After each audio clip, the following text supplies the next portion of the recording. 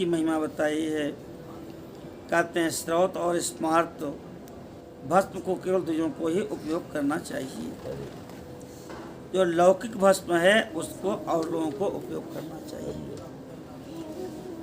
जो अग्निहोत्र आदि करते हैं और उसकी भस्म तो ब्राह्मणों को उपयोग करना चाहिए और सामान्य भस्म को और लोग उपयोग कर सकते हैं। कहते हैं कि ब्राह्मणों को तो वैदिक मंत्र पढ़ते हुए भस्म धारण करना चाहिए। त्रायुखम जमदग्ने ललाटे कश्यप त्रायुकमिति ग्रीवायाम यद्देवे को त्रायुकमिति हृदय तन्नो ब्राह्मस्कंधे च। लेकिन और लोग बिना मंत्र के ही गौ के गोबर से जो कंडी बनाते हैं, उस कंडी से जो राख मिलती है भस्म, उससे भस्म धारण करें। इसको आग्नेय भस्म कहते हैं। यह त्रिपुंड द्रव्य है। अग्निहोत्र से उत्पन्न भस्म का संग्रह मनीषी लोगों को करना चाहिए। जो हवन होता है उसकी भस्म को रखना चाहिए। जाबाल उपनिषद में अग्निरीति भस्म, जलरीति भस्म ऐसे मंत्र आए हैं। उन 7 मंत्रों से जल मिश्रित भस्म का लेपन करना चाहिए। जाबाल ऋषि ने सभी आश्रम वालों के लिए बिना मंत्र के भस्म धारण करने का विधान बताया है। कहते हैं कि इस भस्म और त्रिपुंड की प्रशंसा भगवती और लक्ष्मी और उमा ने भी किया है।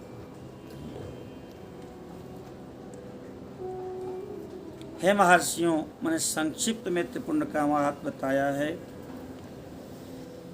जो 3 तिरछी रेखाएं हैं भौं के मध्य भाग से लेकर के जहाँ तक भौं का अंत होता है, ये त्रिपुंड लगाने का विधान है।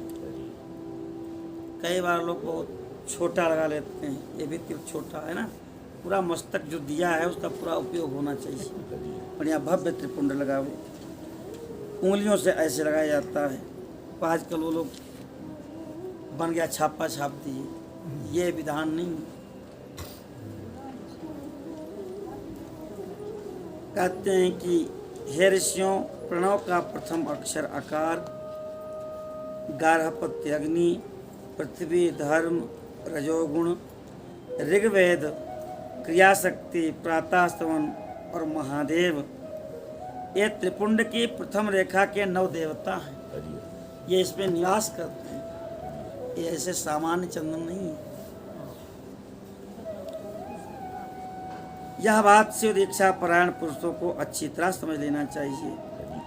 आकाश, सत्व गुण, यजुर्वेद, मध्यन्यन समन, इच्छा शक्ति, अंतरात्मा और महेश्वर, ये दूसरी रेखा के 9 देवता हैं। प्रणव का तीसरा अक्षर मकार, आवाहनीय अग्नि, परमात्मा, तमोगुण, द्युलोक, ज्ञान शक्ति, सामवेद, तृतीय समन और शिव, ये 9 देवता तीसरी रेखा के हैं। इस त्रिपुंड में 27 देवताओं का निवास होता है। इसीलिए हमारे पूर्वज बिना मस्तक में त्रिपुंड धारण किए, उद्पुंड धारण किए सोना मस्तक नहीं रखते थे। अपने आप एक दिव्य शक्ति, दिव्य तेज आ जाता है मस्तक में जब हम त्रिपुंड उर्धपुंड धारण करते हैं। और ऐसे मस्तक सोना दिखाई पड़ता है। कहते हैं कि स्नान करके पूरे त्रिपुंड धारण करे तो भोग और मोक्ष को प्राप्त कर लेता है। चंदन लगाने मात्र से उसको इतना पुण्य प्राप्त होता है। संपूर्ण अंगों में उनके स्थान बताए गए हैं।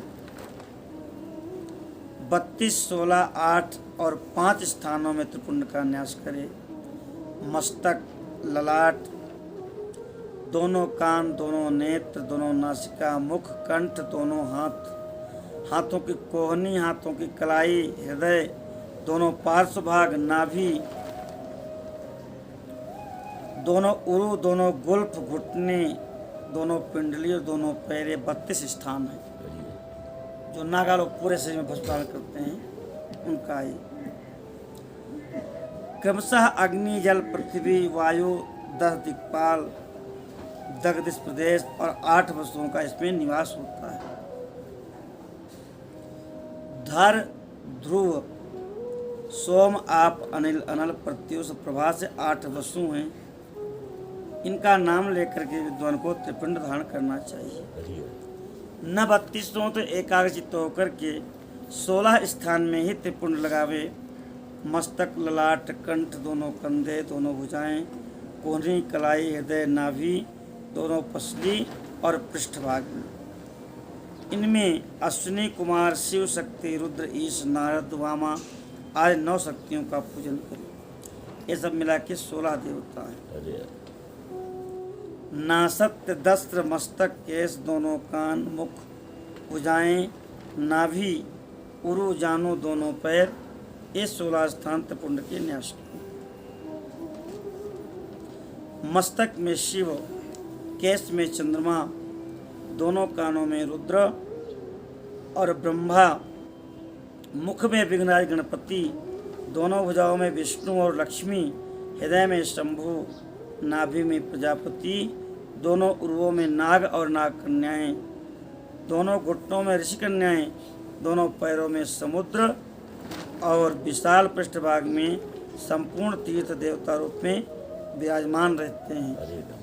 जो अब इतनी महिमा भस्म धारण की है, आधुनिक लोग मानते हैं कि महात्मा ऐसे भस्म लगा के घूम रहे हैं। ये महिमा है भस्म की।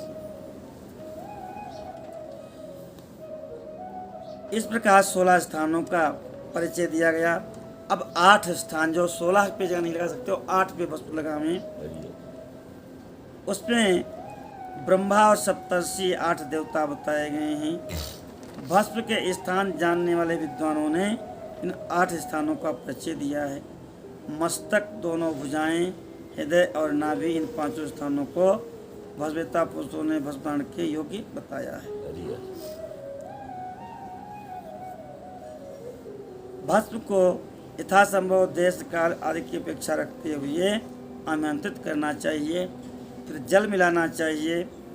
यदि उद्धूलन में भी असमर्थ हो तो त्रिपुंड आदि लगाए। भगवान शिव का स्मरण करते हुए शिवाय नमः नमः शिवाय कहकर ललाट में त्रिपुंड लगाए। मंत्र दिए हैं, इन मंत्रों से त्रिपुंड धारण करें। ओ केदारेश्वर महादेव की जय।